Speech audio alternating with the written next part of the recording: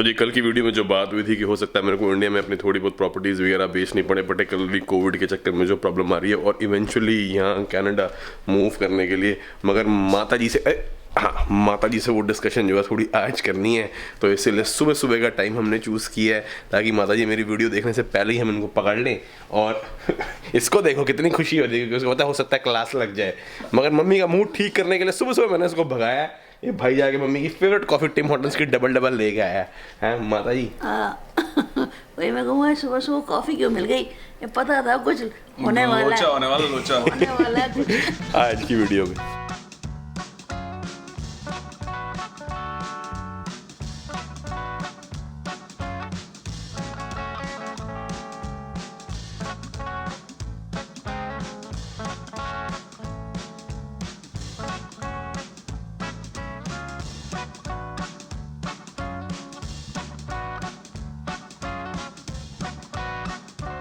अब थोड़ा सा ना स्टोरी का आपको बैकग्राउंड देना पड़ेगा। बेसिकली आप ये लगा लीजिए कि 2014 के आसपास जो है मेरी इनकम अपने बिजनेस से काफ़ी अच्छी थी। जब मेरा मेन सॉफ्टवेयर एक्सपोर्ट का बिजनेस था, उस टाइम बिजनेस बूम पे था।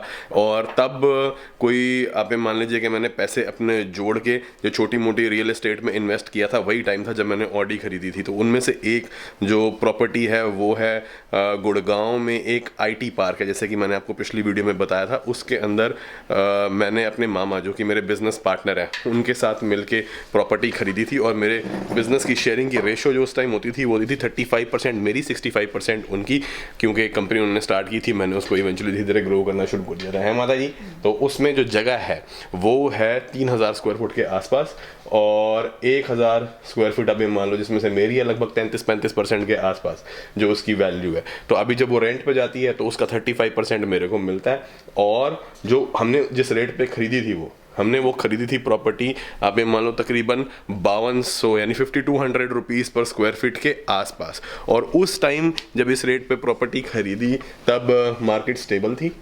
15-16 की बात है जहाँ तक मेरा ख्याल है, नहीं उससे पहले की बात है। ये है 2012 की बात। 12 की बात है। हाँ। पता नहीं, मैं थोड़े से ज़्यादा क्योंकि पिछले कुछ टाइम जो है ना ऐसा निकला जो मैं याद भी नहीं करना चाहता बट 12-13 के आसपास की बात है जब वो हमने प्रॉपर्टी मैंने खरीदी थी। और उसके बाद जो है रेट उसके पिछले 1.5-2 साल पहले तक तकरीबन 6,500-7 हज़ार रुपये पर स्क्वायर फुट के आसपास पहुंच गए थे। और हमने उसको एज अपना ऑफिस यूज़ किया पहले, मगर फिर जब धंधा जो है बैठना शुरू हो गया तो क्योंकि ऑफिस खरीद चुके थे तो इसलिए उसको रेंट पे दे दिया। और उससे तकरीबन 50 रुपये स्क्वायर फुट के आसपास रेंट आता था, यानी कि अभी मान लो तकरीबन 1.5 लाख के करीब रेंट आता था एक महीने का, जिसमें से 50,000 मेरे इनकम हो जाती थी। मगर पिछले कुछ टाइम से क्योंकि कोविड की भी प्रॉब्लम हो गई, जो लोग थे वो छोड़ गए हैं। और IT पार्क में ना ये होता है किसी भी कमर्शियल बिल्डिंग में आपको मेंटेनेंस पे करनी पड़ती है, और मेंटेनेंस होती है तकरीबन 15 रुपये 20 रुपये स्क्वायर फुट के आसपास। जो आपकी कॉस्ट है, चाहे वो किराए पे हो या ना हो, चाहे आप यूज़ कर रहे हो ना कर रहे हो, खाली पड़ा हो, वो आपको बेयर करनी ही करनी है, क्योंकि वो बिल्डिंग की सेफ्टी सिक्योरिटी उनके पैसे होते हैं। अब मेंटेनेंस जो है ना एक उसकी 25,000 रुपये महीना आ रही है यूनिट की, और 3 यूनिट की मिला के तकरीबन 60 से 65,000 रुपये मेंटेनेंस है, जिसका 1/3 हिस्सा मेरे को हर महीने भरना पड़ेगा अगर वो ना भी हो रेंट पे। और आजकल हुआ ये है कि उस बिल्डिंग में तकरीबन 50-60% के करीब ऑफिसेस खाली हो गए हैं बिकॉज ऑफ कोविड। और अब हम ढूंढ रहे हैं कि कोई रेंट पे मिल जाए, मगर अगर रेंट के ऑफर भी आ रहे हैं ना तो पता कितने आ रहे हैं, 20-25 रुपये स्क्वायर फुट। और तो उसका मेंटेनेंस भी नहीं निकालता। हाँ नहीं, मेंटेनेंस तो जो लेती है पार्टी वही देती है। मगर अगर हमारा रेंट पे मान लो 25 रुपये पे भी चढ़ गया ना अगर, तो भी आप ये मान लो कि कम से कम मेंटेनेंस के पैसे जाएंगे और 25 रुपये पर स्क्वायर फीट बोनी आएगी, कम से कम 20-25 हज़ार आ जाएगा, जो पहले 50-55 हज़ार आता था उसकी जगह। तो इसीलिए ये सारी कॉम्प्लेक्सिटीज़ आ रही हैं। अब ये विचार चल रहा है कि उसको बेचूं, निकालूं और बेच के फिर यहाँ पे कहीं इन्वेस्ट कर दूं आगे ला के, क्योंकि इधर भी इन्वेस्टमेंट तो करनी है। यहाँ पे ये है कि अगर इन्वेस्ट करता हूँ चाहे रेजिडेंशियल में ही करूँ तो कम से कम 5-6% के आसपास का एनुअल रिटर्न मिल जाता है प्रॉपर्टी के ऊपर। यानी अगर आपने 1 करोड़ इन्वेस्ट किया तो तकरीबन आप ये लगा लो कि 6 लाख के करीब आपको साल का मिल जाएगा, यानी 50,000 रुपये महीने की रिटर्न आ जाती है, जो कि ऑलमोस्ट सिमिलर जो उस टाइम मिलती थी। पर अभी कुछ कह नहीं सकते हैं, अभी वहाँ रेट डाउन नहीं है इंडिया में। रेट बहुत डाउन है मम्मी, मगर अगर मेंटेनेंस जेब से देनी पड़ गई तो 25,000 रुपये महीना जाना शुरू हो जाएगा। ये भी सीन है। तो ये हिसाब किताब अभी देखना है, बाकी मैं आपको थोड़ी सी डिटेल और आगे देता हूँ।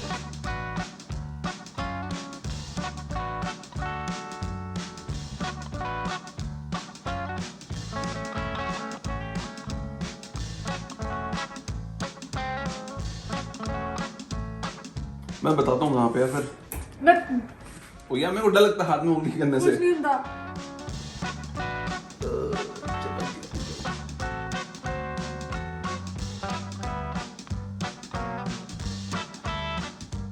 अरे क्यों सैड हो रहे हो? नहीं सैड नहीं होती, कुछ तो दिमाग घूमता रहता है। एक भी छोटी सी करेक्शन कर दूं, मैं 15-16 बोल गया, एक्चुअली वो बात जो है ना 12-13 की आसपास की है, क्योंकि 2013 ही वो साल है जब मेरे पास मम्मी पैसे बहुत काफ़ी जुड़ गए थे। उससे पहले मैंने ऑफिस कर लिया था 12-13 के एंड में, और 2013 फरवरी में मुझे याद आ गया मैंने गाड़ी खरीद ली थी ऑडी A6, और 14 में शायद या 15 में मैं 18 लाख वाली मोटरसाइकिल भी ले आया था कैश डाउन खरीद के, सुजुकी इंट्रूडर है ना, 14-15 के आसपास।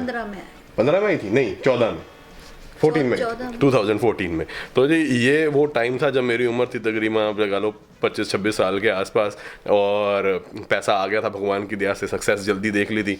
बाद में वो अलग बात है संभाल नहीं पाए और चीज़ें डाउन चली गई, और एक टाइम पे खूब टैक्स भरा, खूब ITR भी भरी, और बाद में चीज़ें जो है ना थोड़ी मेलो डाउन कर गई। बट वो सारी डिटेल में अब मैं इंडिया जा ही रहा हूँ तो आपको पहुँच के दूंगा एक्चुअली जगहें दिखा के कि मैंने कब किस टाइम पे क्या लिया, कैसे किया और कहाँ पहुँचा, और अपनी इनकम टैक्स रिटर्न्स के साथ, ताकि आपको पूरी जो मेरी पिछली 7-8 साल की ज़िंदगी है ना उसका कहाँ मिल जाए। आप पर्सनल चैनल बना ही रहे हैं तो, और आगे की जो प्लान है वो भी शेयर कर सकूं। मगर एक चीज़ जो अभी फ़िलहाल मम्मी के दिमाग पे हैवी रहती है, बहुत चीजें हैवी रहती हैं, पर जो हैवीएस्ट चीज है वो ये है कि जो अपना फरीदाबाद वाला घर है हाँ, रेंट पे, वो लास्ट साल से अपना ताला ही लगा हुआ वहाँ पे। हाँ। अंदर कितनी दीमक लग रही है, कितना सामान खराब हो रहा है अंदर। मम्मी टेंशन रातों की नहीं। हम एक्चुअली जिस घर में पैदा बड़े हुए हैं ना वो काफ़ी, जो आप ही लगा लो कि वो 300 गज के आसपास का घर होगा मम्मी। यस। और वो 3 भाई थे, पापा वगैरह 3 भाई है ना, पापा और पापा के 2 बड़े भाई जो अभी भी भगवान की दया हयात हैं। तो उन लोगों में दादाजी बांट गए थे 100-100 गज करके। तो हमारा 100-100 गज के हमारे घर थे, वो भी मैं आपको इंडिया जाके दिखाऊंगा हमारे पुराने गज। तो 100 गज का जो पोर्शन था वो जो था वो हमारे हिस्से आया था। तो उसमें हमने इनिशियल शुरुआती लाइफ में अपनी जो है ज़िंदगी के कोई 25, मैंने तो 25-26 साल वहाँ पे बिताए हैं। और उसके बाद फिर फाइनली हम एक रेंटेड घर में मूव कर गए थे, क्योंकि थोड़ा भगवान की तरह से पैसा भी आना ठीक लग गया था, जगह जगह इन्वेस्ट भी करी, और हमने अपने घर बनाने के लिए एक प्लॉट भी लिया, जिसकी स्टोरी मैं आपको वहाँ जाके ही बताऊँगा क्या सीन था क्या नहीं था। और मगर वो कभी हम बना नहीं। उसके बाद फिर सनी का सबका कनाडा आने का प्लान बन गया, तो वो चीज़ वहीं रह गई। तो वो सारी चीज़ें तो हमने सेटल करनी है, इसीलिए हमने उस प्लॉट के आसपास जो है घर देखा था कि अगर बनाना होगा तो वहीं रहेंगे, तो हम रेंट पे रहेंगे। तो अभी भी जो इंडिया में भी जो हमारा घर है वो रेंट पे है, तो उसका 25-1,000 रुपये कितना रेंट है, 30,000 के आसपास, 30,000 के आसपास। मैं वही याद था, जो तेरा मेंटेनेंस का जो खर्चा जाना है 30,000 रेंट है वो वेस्ट हो रहा है। हाँ, ऑफिस का जो तू मेंटेनेंस का खर्चा देगा महीने का 25 के आसपास। हाँ, वो एक काम कर, फिर जो अपना किराए वाला घर है उसको छोड़ो, सामान ला के ऑफिस में शिफ्ट करो। है ना, सामान 25 के पैसे जाना है। कमर्शियल बिल्डिंग के अंदर ये वाला सामान नहीं जा सकता, इसको कहाँ स्टोर करेंगे? उसके दरवाजे कांच के हैं, तो लोगों को दिखा होगा अंदर पलंग, AC, TV, संदूक पड़े, लोगों लगे शोरूम है अपना फर्नीचर का। और वो IT पार्क है, वहाँ पे सिर्फ IT का बिजनेस ही होता है। तो चलो खैर वो तो चीज़ इम्प्रैक्टिकल है, मजाक की बात अलग। मगर ये है कि इतने टाइम से हम साल से जा भी नहीं पा रहे इंडिया, तो अब जब जाते हैं तो ही वो घर यूज़ होता है। और अब वो रेंट का घर है तो मम्मी को ये भी लगता है कि यार किराया उसका वेला जा रहा है। मगर प्रॉब्लम ये है कि उसको खाली करें तो जो हमारा सामान पड़ा है उसको रखने के लिए भी कोई जगह तो चाहिए ना। और हम प्राइमरली तो इंडिया में रहते हैं, एटलीस्ट मैं और मम्मी तो यहाँ पे तो आइडियली गर्मियों में मिलने आते थे, इनसे सर्दियों में चला जाए। और मेरे को तो वैसे दुनिया भर में घूमना होता है अपने काम के चक्कर में, तो इसलिए कोई एक ठिया चाहिए था। तो हमने सोचा कि मेजर इन्वेस्टमेंट क्या करें, पैसे क्या फंसाएं, कल को पता नहीं कहाँ रहना नहीं, तो इसलिए रेंट पे। तो अभी तो फिलहाल ये भी कीमत है जो अदा करनी पड़ती है आपको इधर उधर घूमने के लिए। तो ये सारी जो है ना बैलेंसिंग चल रही है कि कहाँ एक ऐसा पॉइंट बनाया जाए कि कनाडा और यहाँ के बीच में लाइफ बैलेंस हो जाए, और जितने खर्चे हैं उनको बैलेंस किसी तरीके से करके जितना बचा सकते हैं बचा लें, और इन्वेस्टमेंट आगे फ्यूचर की सेव कर लें। क्यों माता जी, फिर आपका क्या विचार है इस बारे में, इन्वेस्टमेंट के बारे में? क्योंकि मम्मी की अपनी एक राय है अपने फंड से रिलेटेड, क्या कहते हो? नहीं, मैं तो ये चाहती हूँ चाहे उधर रहो चाहे इधर रहो, अपना सेफ मैं घर होना चाहिए के चल, और अपना एक घर बना ले आप। हाँ, एक घर बना लूँ। हाँ, एक घर बना और सेट हो। बस अब बहुत बड़ा भी हो गया।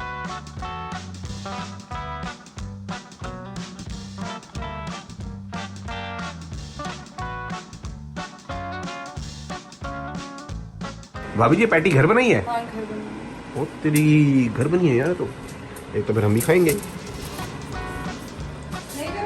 अबे तू पैटी नहीं खा रहा?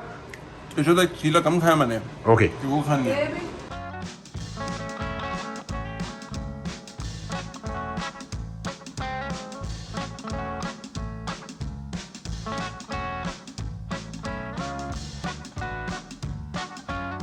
ये भी जी वजह है कि अगर मैं जैसे वहाँ से कोई चीज़ वाइंड अप करके यहाँ पे कोई इन्वेस्टमेंट करता हूँ तो सिर्फ घर में नहीं कर सकता कि वो मेरे लिए एक डेड इन्वेस्टमेंट हो जाए। तो मैं उसको इन्वेस्टमेंट पॉइंट ऑफ व्यू से भी सोच रहा हूँ कि कैसे अगर मैं यहाँ ना आऊँ तो उसको BNB कर सकें, उसका कोई एक पोर्शन अगर चाहूँ तो रेंट कर सकूँ। और क्योंकि अब जो है ना रेवेन्यू कुछ यूट्यूब का भगवान की दया और बहुत सपोर्ट तो आप लोगों का है कि इस कंसिस्टेंट लेवल तक पहुँच गया है कि अंदर से ये कॉन्फिडेंस आता है कि भाई अगर मैं इसी लेवल की मेहनत करता रहा, ऐसे ही वीडियो बनाता रहा है माता जी, तो खर्चे तो निकल जाएंगे और एटलीस्ट जो रेंट वहां से आता है उसको निकाल के अगर वो रेंट बंद होता है तो उससे तो काफी बेटर जो है इनकम यूट्यूब पे अगर मैं रेगुलर ऐसे ही लगा रहा हूँ तो बन जाएगी। तो ये नहीं है कि जैसे बुरे वक्त में उस प्रॉपर्टी ने साथ दिया था और कुछ कई तरीके से कमाई नहीं आ रही थी तो कुछ ना कुछ करके एटलीस्ट घर के खर्चों की टेंशन नहीं होती थी कि बंदा सेविंग से जो है ट्रैवल करके ट्रैवल वीडियोस बना लें और चैनल खड़ा कर लूँ, मगर वहां से जो है ना घर के खर्चे निकलते रहे, अपने खर्चे निकलते रहे, तो वो बुरे वक्त में वो चीज़ जो है काम आ गई। इसलिए इन्वेस्टमेंट टाइमली आपके पास पैसा आए तो कर देनी चाहिए, क्योंकि मेरे पापा हमेशा कहते थे, मम्मी पापा कहते ना कि एक इंसान की जिंदगी में एक टाइम पे अच्छा वक्त जरूर आता है, जब उसके बाद पैसा खूब आता है, उस टाइम उस बंदे को पैसा जो है ठीक जगह इन्वेस्ट कर देना चाहिए, लगा देना चाहिए। और मेरे को लग रहा है मैंने फिलहाल जो अपना ना शरीर का दक्षिणी छोर इससे लगा दिया, टच स्क्रीन है, वो जरा बटन दब गए।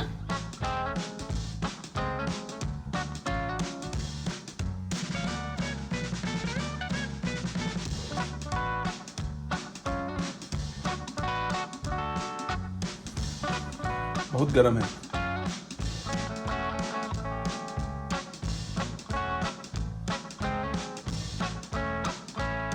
तो भाभी जी ने जो पैटी बनाई है, इनकी जो आटे की शीट्स है ना वो बनी बनाई आती हैं, मैदे वाली नहीं है, उसके अंदर अपना आलू वगैरह बढ़िया बना के भर के फर्स्ट क्लास पैटी बन गई है। और अब आगे की तैयारी में ये है कि थोड़ा सा बैलेंस ढूंढना है रियल एस्टेट इन्वेस्टमेंट वहाँ और यहाँ शिफ्ट करने में।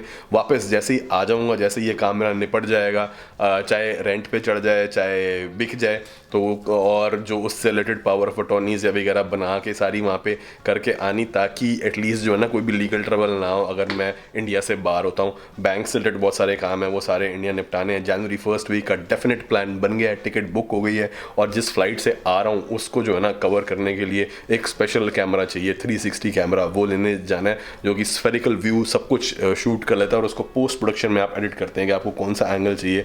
बड़ा ज़बरदस्त कैमरा, तो इसलिए वो सारी चीज़ें आगे की वीडियोस में मैं आपके साथ शेयर करूंगा, क्योंकि वो बड़ी स्पेशल फ्लाइट है। समझ गए सर? हम तो समझ रहे हैं, आप समझदार बने हैं ना, तो इसलिए बस अब जाते हैं। और वो हैं इंडिया। हाँ। यहाँ यकीन मानो जो लोग बाहर रहते हैं ना लंबे एक्सटेंडेड पीरियड ऑफ टाइम के लिए, बड़ा मन मचलता है इंडिया आने के लिए, क्योंकि वहाँ के खाने, वहाँ के सारे हिसाब किताब याद आते हैं। तो इसीलिए अब इंडिया की रोड ट्रिप भी मैंने एक शूट करनी है, आगे की वीडियोस में आपके साथ शेयर करता रहूँगा। मगर अगर ये वाली अभी तक पसंद आई हो, रियल लाइफ के साथ किसी की जुड़ने का मज़ा आ रहा हो, तो लाइक एंड शेयर कर दीजिएगा। और चैनल के सपोर्ट और हमारी मच नीडेड मोटिवेशन के लिए subscribe button and bell icon. Thank you so much for watching.